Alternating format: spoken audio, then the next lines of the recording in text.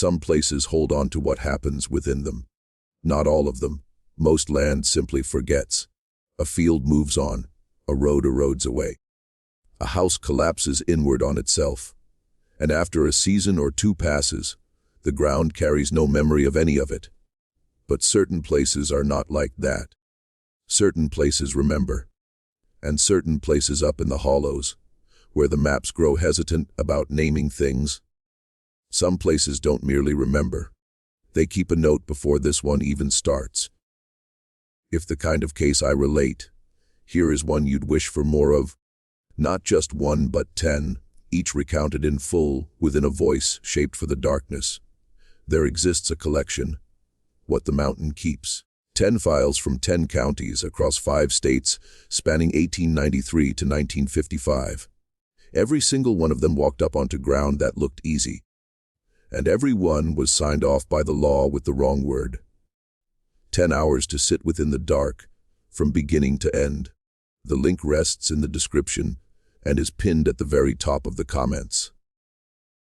Now then, and before I guide you into this one, tell me where you're listening from tonight. What town? What road? What porch? What room? I'd like to know who's out here in the darkness alongside me. Leave it in the comments while I commence. The story I'm about to tell you took place in the autumn of 1932, up in a section of the Ozarks that the state of Arkansas had a name for, though the people dwelling up there mostly did not employ it. On the county maps, it was Longshadow Ridge. On the older maps, the ones the surveyors made long before that, it was called something else in a language most folks up there no longer spoke. And on the still older maps, the maps of the people who lived up in those hollows before any surveyors arrived at all, it was not a place you gave a name to. You went around it. You recognized where it was, and you went around it. The man this occurred to was named Merrick Ashendon. He was 38 years old that autumn, tall, but not the kind of tall that catches attention, lean through the shoulders, with a face that had already begun to show the wear that faces do when a man spends his life working outdoors. His hair was the color of a wet stone. His hands were long and meticulous, better fitted for a piano than the labor he performed with them. He had served as a game warden in that stretch of country for 12 years. 12 years is a significant span in a place that quiet. Long enough to learn every draw and holler by the sound the wind made passing through it. Long enough to know which of the old farmers stored their moonshine in coffee tins and which used mason jars. Long enough to have largely ceased being the man who came in from the outside. He was not a native son. He had come up from the flatland after his wife died in the influenza of 1929. And he had come up because the mountain was the loudest thing he could discover that did not contain her voice within it. But 12 years is a considerable time. The people up in Fern Gap called him Merrick, and not Mr. Ashendon. And that was as near to being one of them as a man could get without being born there. He kept a cabin about 2 miles above the town on a rise that looked down into the little creek that gave the gap its name. He kept a rifle he almost never used, a shotgun he used for the birds, and a dog named Boone.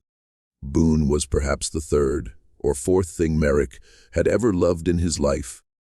Boone was a large red hound with a soft mouth and no fear of anything that walked, until about halfway through September of that year. Then Boone would not go past the fence line after sundown. Merrick noticed it before he understood it. Boone would come out of the cabin in the evening, and instead of trotting out to the edge of the yard the way he always had, he would halt at the gate, sit down, gaze up the ridge, and refuse to move. Merrick tried whistling him out. He tried walking ahead. He attempted once, taking a rope to him. And after Boone braced his weight against the collar and looked up at him with an expression Merrick had never observed on a dog before, he ceased trying. He wrote in his daybook that Boone was getting old, That was on a Wednesday. He remembered it because the Wednesday before that, Judson Vestal had come out of the county office in Foran and shaken his hand and said he was going up Longshadow to cruise the timber for a company out of Little Rock, and Judson had not come back. Judson Vestal had been won. He was a big man with a beard the color of tobacco stain and a wife back down in Russellville he had not seen since Easter. He worked for the Southern Timber Company, and once a season he would come up into the ridges to walk the stands and mark what was worth cutting. He had been walking the Ozarks for the better part of 20 years. He knew what he was doing. He had told the county clerk in Fern Gap he would be back down in 3 days. 3 days came and Judson did not return. Nobody thought much of it at first. Men who work timber get held up by weather, by an ankle turned in a scree, by a stand of trees more interesting than what they had been sent to examine. 4 days passed, then 5. On the 6th day, the clerk sent word down to Little Rock. And on the 7th day, the timber company sent up 2 other cruisers, and Merrick was asked to go with them. They walked Longshadow for 2 days. They found Judson's satchel hung on the branch of a black gum tree about a mile below the crest on the eastern face where the light grows thin early. His pencil was in it. His measuring tape was in it. A tin of tobacco was in it still closed. His notebook was in it, and the last entry was made at what looked like mid-morning of his 3rd day out. The entry, in the neat surveyor's hand Judson always used, said only this: something moving on the ridge above me. That was all. The 2 cruisers Little Rock had sent up would not stay past sundown. They came down with Merrick, and by the time they had got back to the county office in Fern Gap, both of them had told him privately, without the other one hearing, that they were not going up that ridge again. Not for money, not for any timber that grew on it. Merrick wrote the report. He wrote it the way you write those reports. He said Vestal had likely fallen into one of the sinkholes that ran through the limestone under the ridge, and that the body would probably come up in one of the springs downstream in the spring when the water rose. That was the reasonable thing to say. Merrick was a reasonable man. 2 weeks later they found Beecher Howard still. Beecher was a moonshiner, and everyone knew he was a moonshiner, and nobody minded, except when he sold to the wrong people, which he generally did not. He was a small, wary man of about 50, with hands that shook so badly in the mornings that he had been known to spill more of his own product than he ever sold. He ran a still up in a little draw on the north face of Longshadow in a stand of hemlock, where the smoke would not be seen. He had run it there since before the war. Nobody, including Merrick, had ever bothered him about it. His brother went up on a Sunday morning to bring him down for church. Beecher did not go to church, but his brother went up every 3rd Sunday to bring him down anyway, and Beecher would come and sit in the last row, and afterward would say to his brother that it was nice without meaning it, and then go back up. This had been going on for years. That Sunday, Beecher's brother came down alone. His face was the color of dishwater. The still was there. The fire under the pot was cold, but it had not been cold long. There was a coffee cup on the log next to the fire, half full, with a skim of ground settled at the bottom. There was a jar of finished shine on the ground, capped and ready. There was a coat, Beecher's coat, hanging on a nail on the tree. There was no Beecher. Merrick went up with the sheriff. The sheriff was a man named Boyd Quell, who was 62 years old, and had been sheriff of that county since before there was a county road that went up to Fern Gap. Boyd walked around the still twice. He picked up the coffee cup and set it down. He looked at the coat. He said, "Merrick, I want you to write in your report that Beecher fell into a sinkhole." Merrick looked at him. Boyd said. "And I want you to write it now. And I want you to write it before you say another word." Merrick said, "Boyd." And Boyd said, "Quiet." So quiet it was almost the wind. "You write it, son. You write it. And you don't come back up on this ridge after the sun gets low. I'm asking you as a favor to your dead wife and as a favor to me." The third one came in the last week of October. His name was Cletus Jarnell. He was 71 years old, a trapper who lived in a cabin about halfway up the eastern face of Longshadow. He had lived in that cabin alone for 39 years. He had 4 dogs. 3 of them were old and slow. The 4th was a young walker named Digger who could tree a bear if you asked her nicely. One morning at first light, all 4 dogs came into Fern Gap. They came down the main road together, and they came in slow, and they did not bark. They sat down in front of the county office. Digger's front paws were bleeding like she had been running through rocks. The other 3 were fine, but their heads were low and they would not take food. Merrick got a party together and they went up. Cletus's cabin was clean. His fire was banked, the way a man banks a fire when he means to come back to it. His coat was on the peg. His boots were beside the door. There was a book on the table. Open spine up. The book was a King James Bible, and it was open to the 6th chapter of Judges, and there was a walnut on the page for a marker. They found Cletus's rifle in the woods about 100 yards above the cabin. It was leaning against a tree upright, the way a man leans it when he is stopping to make water or listen to something. They did not find Cletus. They looked for 3 days. On the 3rd afternoon, Boyd Quell called Merrick over to where he was sitting on a stump above the cabin, and he said, "That's the last time I come up here. I want you to know that. That's the last time." Merrick asked him what he meant. Boyd looked at him for a long moment. Then he said, "There is an old woman lives down in the hollow on the far side of Fern Gap, down where the road ends and the creek starts. You know the one?" Merrick knew the one. Boyd said, "You go see her." Merrick said, "Boyd, I don't need to see a Cherokee grandmother about a missing trapper." And Boyd said, "You need to see her, or you need to move out of the mountains. Those are the 2 things you can do now. And if I hear that you didn't go see her, I'm going to sit on my porch, and I'm going to wait to hear that you're the 4th one. And I'll grieve you, son, but I will not be surprised." Merrick went down the next morning. The road out of Fern Gap runs south for about a mile, and then it stops being a road and starts being a suggestion of one, and then it stops being that too.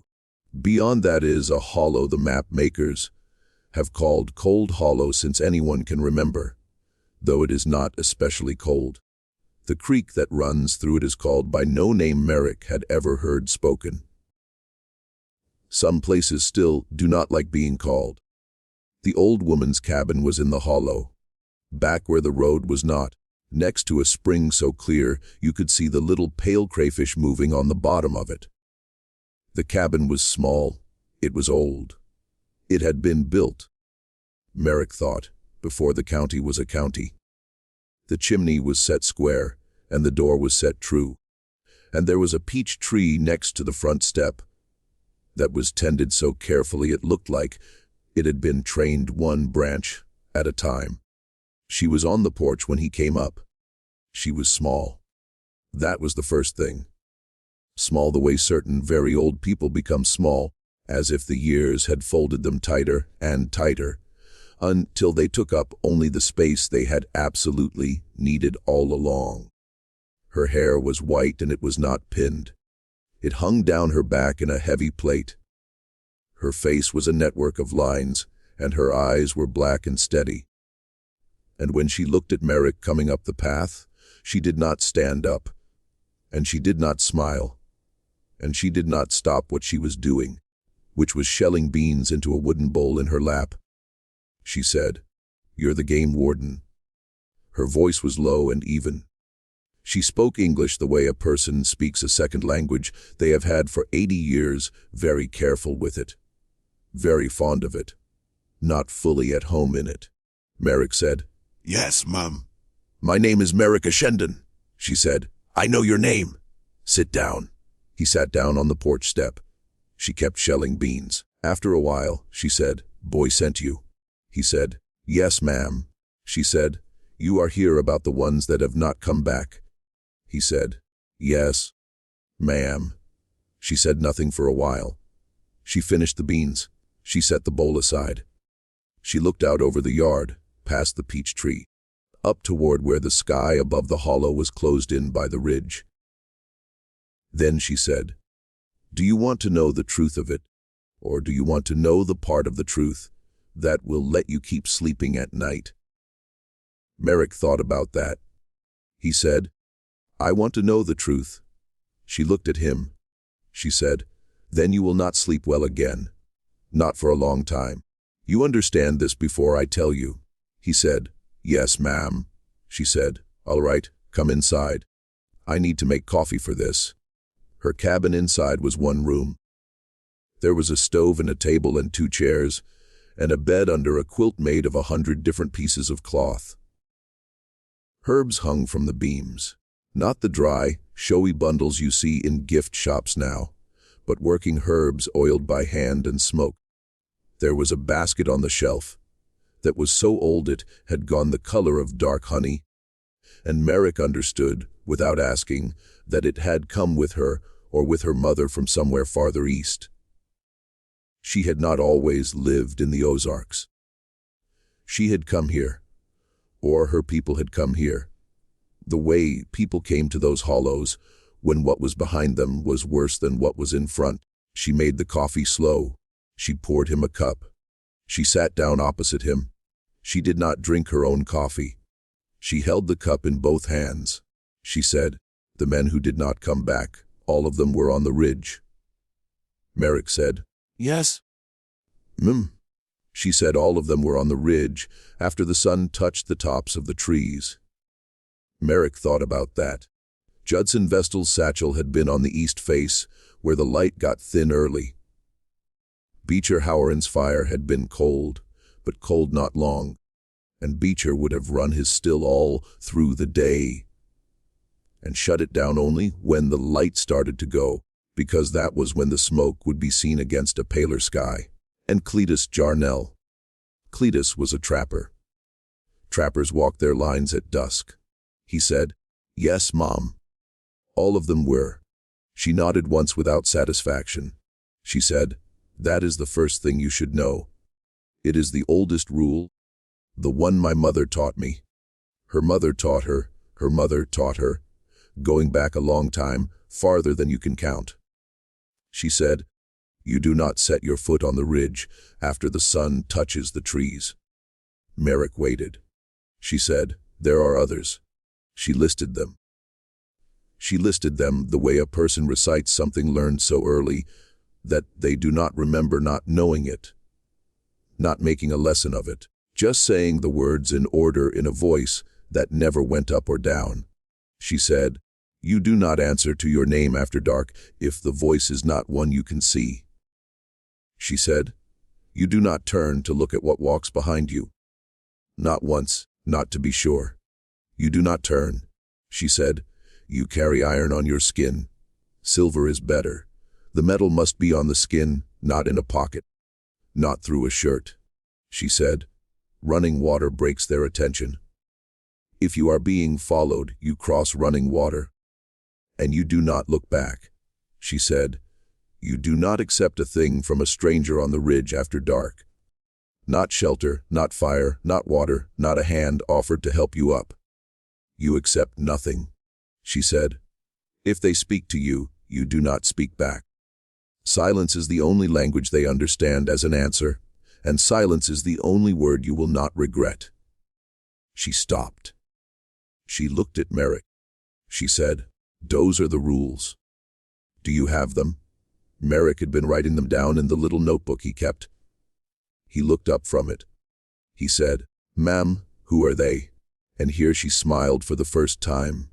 It was not a warm smile. It was the smile of a person who has just been asked a question so large that only a smile will do. She said, "That is not a question you want the answer to." He said, "I would like to know." She looked at him for a long time. Then she said, "My people had a word for them. I will not say the word. It is not said in a house at night.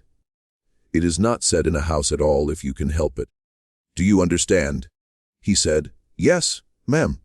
She said, "They were here before my people were here. This is important. Do you understand? We did not bring them. They were here.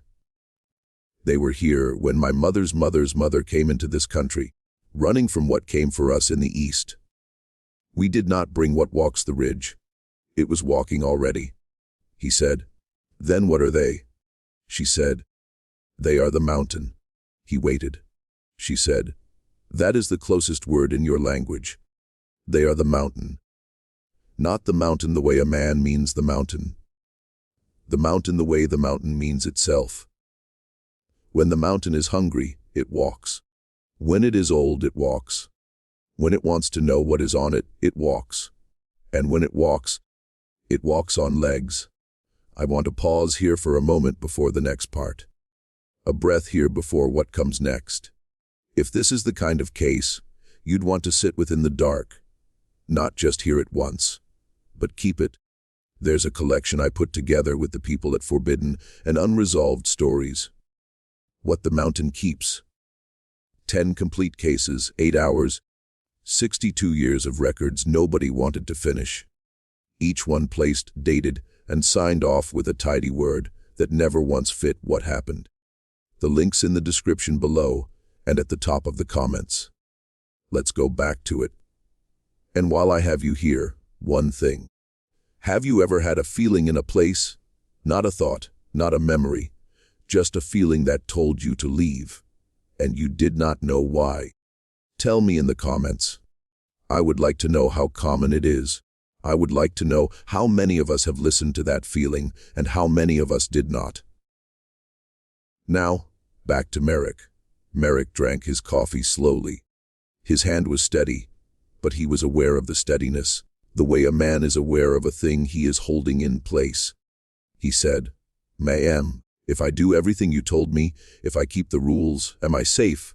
She looked at him. She said, "No." He waited. She said, "You are less unsafe. That is what the rules are for. They are not for keeping you safe. They are for making it so that when the mountain looks at you, it looks past you because you have not given it a reason to look at you close. But if the mountain is hungry and you are on it, and you are the only thing on it, it will look at you close and no rule will save you then." He said, "Then how do I stop it?" She smiled again, the same smile. She said, "You do not stop the mountain, Mr. Ashendon." She said, "The men who did not come back, you cannot bring them back. You understand?" He said, Yes, ma'am. She said, "Then what will you do?" He thought about that. He said, "I don't know." She nodded. She seemed to like that answer. Or if not to like it, to accept it the way she had accepted him. She said, "One more thing, and then you will go because it is getting late in the day, and I do not want you on the road at dusk. Not now that you know. Do you hear me?" he said. Yes, ma'am. She leaned forward. She was very small when she leaned forward, and her voice was still low and even and careful. But there was something in it that had not been in it before. She said, "If you hear the voice of a person you loved, a person who is not here, a person who is gone, you do not answer. You do not turn. You do not look. You do nothing. You do not even in your heart say the name back. Do you understand? Not even in your heart." Merrick set his cup down. His hand was not quite steady anymore. He said, Ma'am. "How did you know?" She said, "Everyone has one. That is how they call you. That is how they always call you. They find the voice you cannot help but answer to, and they use it. That is why the rule is what it is, because it is the hardest rule to keep." She said, Now go, Mr. Ashendon. Go now and go the whole way, and do not stop until you're inside your own door." He went. The walk back to Fern Gap was 2 miles and change, and Merrick made it in less than that, and by the time he came in his own door, he had made a decision. He had made it walking. It was the decision a reasonable man makes. He was still a reasonable man. He decided the grandmother was old, and she was tired, and she believed what she believed the way old people who have lived alone for a long time believe. He decided she had been careful and kind, and had spoken to him the way she would have spoken to someone dear to her. He decided that what she had told him was a story, and that the story was true in the way stories are true. Meaning that it held something inside it that was true, and that the shape around the truth was a shape from a long time ago. He decided the men had fallen into sinkholes. He decided the mountain was old limestone, and old limestone is full of holes. He decided he would write his reports, and he would file them, and he would take Boyd's advice about not going up on the ridge after dark, and he would let the winter come, and in the spring the bones would come up in the springs downstream, the way bones do, and there would be an ending. He decided this at his own door in the last of the light. He kept the rules anyway. He could not help it. He noticed on the walk back that he had already begun keeping them, without meaning to.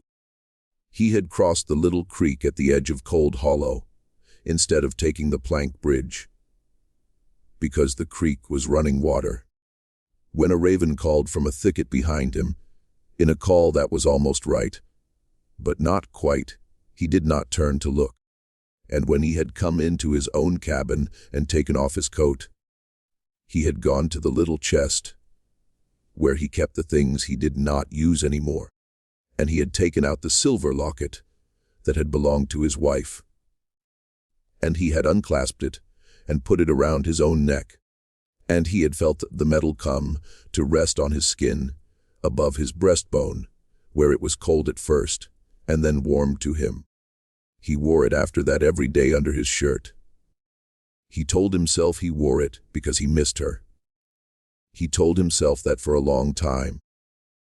The first strange thing happened 3 nights after he saw the grandmother. Merrick woke up at some late hour with the feeling that Boone was not in the cabin. Boone slept at the foot of the bed every night. Boone had slept at the foot of the bed since he was small enough to fit in a hat. But when Merrick sat up, Boone was standing at the front door, and Boone was not moving, and Boone was not making a sound. Boone was looking at the door. Merrick got up. He got the shotgun. He walked over and he stood next to Boone. There was no sound outside. That was the first thing Merrick noticed. There was no sound outside. It was late September, and the crickets should have been running, and the owls should have been calling from the ridge, and the little creek down the slope should have been talking to itself the way it always did. And there was none of it. There was nothing. It was the kind of silence you get in a room where a clock has stopped. He stood at the door. He did not open it. He put his hand on the door, and he felt through the wood. He felt for anything, any breath, any weight, any warmth, any cold. He felt nothing. He stood there for what he thought later was probably 4 or 5 minutes, but might have been longer. Then Boone made a small sound, a very small sound, at the very back of his throat, and turned away from the door and came and lay down at the foot of the bed. The crickets came back a moment later, all at once, like a switch had been thrown. Merrick sat down at the kitchen table, and he did not go back to sleep that night, and he did not open the door. In the morning, when he did open it, there was nothing outside. No tracks, no sign, nothing. But when he walked down to check the yard, he found on the top rail of the fence that ran along the road 3 little smooth stones arranged in a line.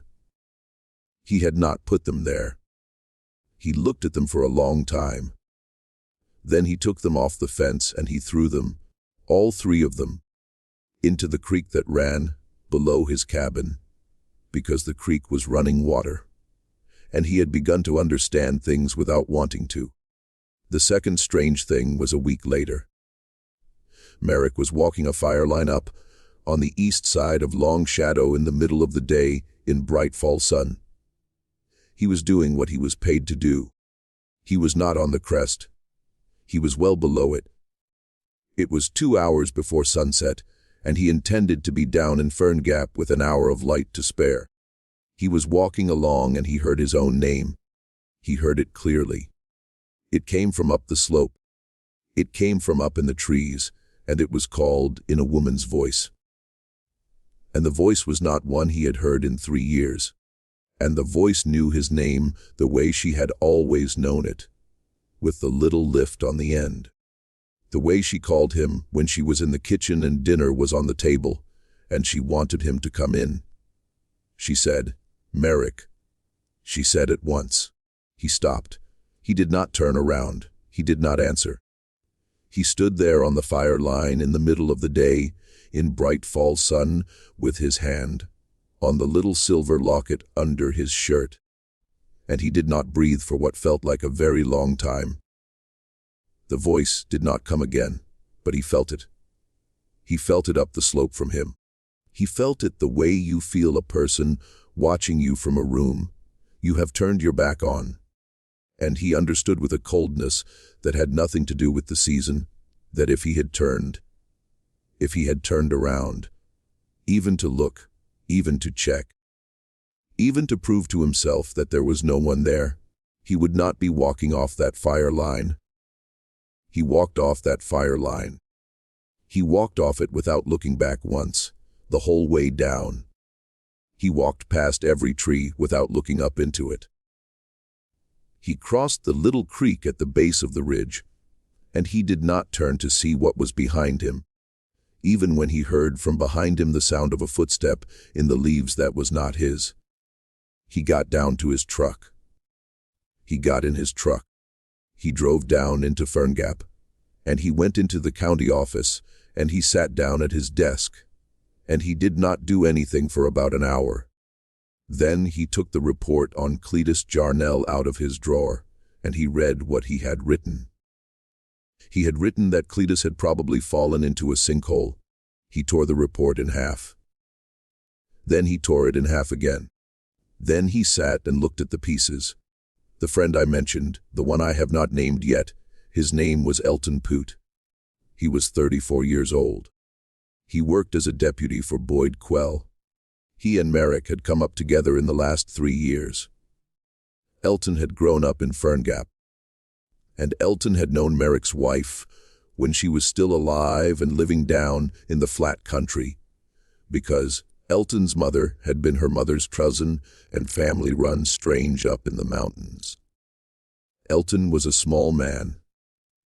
He was not much taller than the grandmother, but he was strong the way small men from that country are strong, which is to say strong in the joints and strong in the will. And Merrick had once seen him carry an anvil alone up a hill. Merrick told Elton on a Tuesday in the last week of October that he was thinking about going up on Longshadow one more time, not to the crest, just to Cletus's cabin. He wanted to bring Cletus's dogs back to it. Merrick had been keeping Digger and the 3 old dogs at his cabin, and they had eaten and drunk and slept, but they had not been what they were before. He thought maybe they wanted to be home. He thought maybe home was still there for them, even if Cletus was not. Elton said he would come with him. Merrick said he would rather go alone. Elton looked at him for a while. Then Elton said, "Merrick, you look tired." Merrick said he was. Elton said, "You look the way Boyd looked when we came down from up there. You look that kind of tired." Merrick did not answer. Elton said, "You went and saw the grandmother, didn't you?" Merrick said he had. Elton nodded slow. He did not ask what she had said. That was one of the things about Elton. He did not ask about things a man was not going to answer. Elton said, "I'll come with you, not to argue with you. Just so there's two of us up there. I'll come and I'll shut up, and we'll take the dogs, and we'll be back down by 4. Merrick thought about it. He thought about it, and he said, "All right." That was the thing he came back to for the rest of his life. He said, "All right." He could have said no. He could have said no. And Elton would have shrugged. And Elton would have gone home to his wife, and his good bed and his own dog. And Elton would have been alive on Wednesday. He could have said, no. He said, "All right." They went up on the Wednesday. It was a bright, cold morning, the way mornings get in late October up there, with the light hard and slanted, and every leaf on every tree so red or so yellow it looked hurt. They took the 4 dogs. They took Merrick's truck to the end of the road, and then they walked. Digger walked ahead of them, ears up, tail down. The 3 old dogs walked behind. They went to Cletus's cabin. It was as they had left it. The Bible still on the table, the walnut still on the page. They walked around the cabin. They walked the yard. They walked the little path Cletus kept that ran up the slope behind the cabin and into the trees. Merrick had thought that maybe seeing his home, Digger would tell them something, would smell something, would bark or dig, or do a thing a dog does when it knows a thing. Digger sat on the porch. She would not go inside. The 3 old dogs laid down in the yard. Elton and Merrick worked through the afternoon. They cleaned out the food, which was going. They banked the fire. They took the Bible down and wrapped it in oilcloth, because Cletus's brother had wanted the Bible. And it was time to bring it down. The light started to go. Merrick had been watching the light. He had been watching it since the moment they came into the yard. He knew where the sun was every minute they were there. He knew what the ridge above them looked like when the sun was high, and what it looked like when the sun started to lean, and what it would look like when the sun touched the tops of the trees. He said to Elton, "We need to go now." Elton looked up from what he was doing. He was tying the oilcloth around the Bible. Elton said, "Give me 2 minutes." Merrick said, "Elton." Elton said, 2 minutes, then we go." Merrick said, "Get the dogs." Elton went to get the dogs. The 3 old dogs came. Digger did not come. Digger was sitting on the porch, and she was looking up the slope at the little path that ran up behind the cabin, and she was not moving. She was not making a sound. She was sitting the way Boone had sat at the fence when he would not go past it. Elton went up onto the porch. He knelt down next to Digger. He put a hand on her neck. He said her name. Digger did not look at him. Digger stood up. Digger walked slow off the porch, and she walked toward the path that ran up behind the cabin. She did not run. She walked. She walked the way a person walks when they have been called by name, and they cannot help but come. Merrick shouted for Elton to grab her. Elton grabbed her. Digger, who had never in her life shown a tooth to a person, turned in Elton's arms and bit him. She bit him hard on the wrist, deep enough to bleed. Elton let go out of surprise, and Digger walked off the porch, and she walked past Merrick, and she walked up the path, and she did not look back. Elton said, "Christ." Merrick said, "Leave her." Elton said, "Merrick." Merrick said, "Leave her. We are going now." They went. They went down the mountain fast, but not running, because Merrick knew that if they ran the mountain, would notice they were running. They took the 3 old dogs on leads. They went down the little path they had come up. They did not look back. The sun touched the tops of the trees when they were about 1/4 of a mile from the truck. Merrick felt it. He felt the light change. He felt the shadows in the trees go long all at once, the way shadows do at that hour. And he felt something else. He felt something start to walk. Not near them, not yet. Somewhere on the crest above them, far enough away that it was still choosing. Elton felt it too. Elton did not say so, but Elton put his hand on Merrick's arm once without saying anything, and they both walked faster. Then Elton stopped. He stopped so suddenly that Merrick was 3 steps past him before Merrick realized. Merrick turned around. Elton was looking up the slope. He was looking at nothing. He was looking at a place in the trees about 40 feet above them, where there was nothing, and Elton's face was the face of a man who has just heard something. Merrick said, "Elton." Elton did not answer. Merrick said, "Elton, don't." Elton said, "That was my mother's voice." Merrick said, "Don't." Elton said, "Merrick, that was my mother's voice." Elton's mother had been dead for 11 years. Merrick said, "Elton, listen to me. That was not your mother. Elton, you look at me. You do not look up that slope. You look at me." Elton looked at him. Elton's face was wet. Merrick had not seen him cry before. Elton was a small man and a hard man, and he had lost the mother he was speaking of when he was 23 years old, and he had been the one to bury her. Merrick knew this. Elton said, "She said my name." Merrick said, "I know she did. I know. Now come with me now." Elton looked up the slope again. Merrick grabbed him. Merrick grabbed him by the coat and Merrick pulled him. Merrick pulled him down the path. Elton came for maybe 5 steps. Then Elton stopped again. Elton said, "She's calling me Merrick." Merrick said, "I know." Elton said, "She's saying she's cold." Merrick said, "Elton." Elton said, "Quiet." So quiet the wind almost took it. "Merrick, I have to go get her." Merrick had the shotgun. He raised it, not at Elton. At the slope, at the space in the trees. He raised it and he pointed it up into the woods at nothing, and he shouted. He shouted a shout that had no word in it. He shouted the way you shout a thing in the dark that will not name itself, and he fired the shotgun once, up into the trees. The shot echoed off the ridge and came back to them. There was for one long moment absolute silence. No birds, no wind, nothing. And then from up the slope, a voice answered. The voice said, "Elton." The voice was Elton's mother's voice. Merrick did not look at Elton.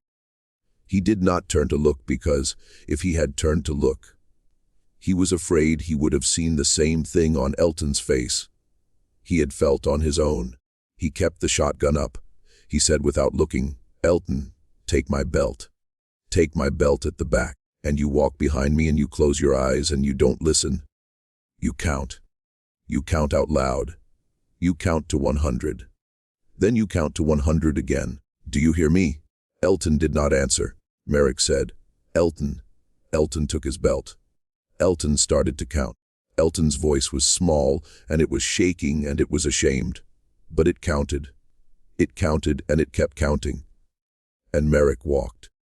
And the 3 old dogs came with them. And behind them, somewhere up in the trees, a woman's voice called Elton's name. Over and over and over. They made it to the truck. Elton was still counting when they got to the truck. He was on his 5th 100. Merrick had to open the door for him and put him in it because his hands would not do what he told them to.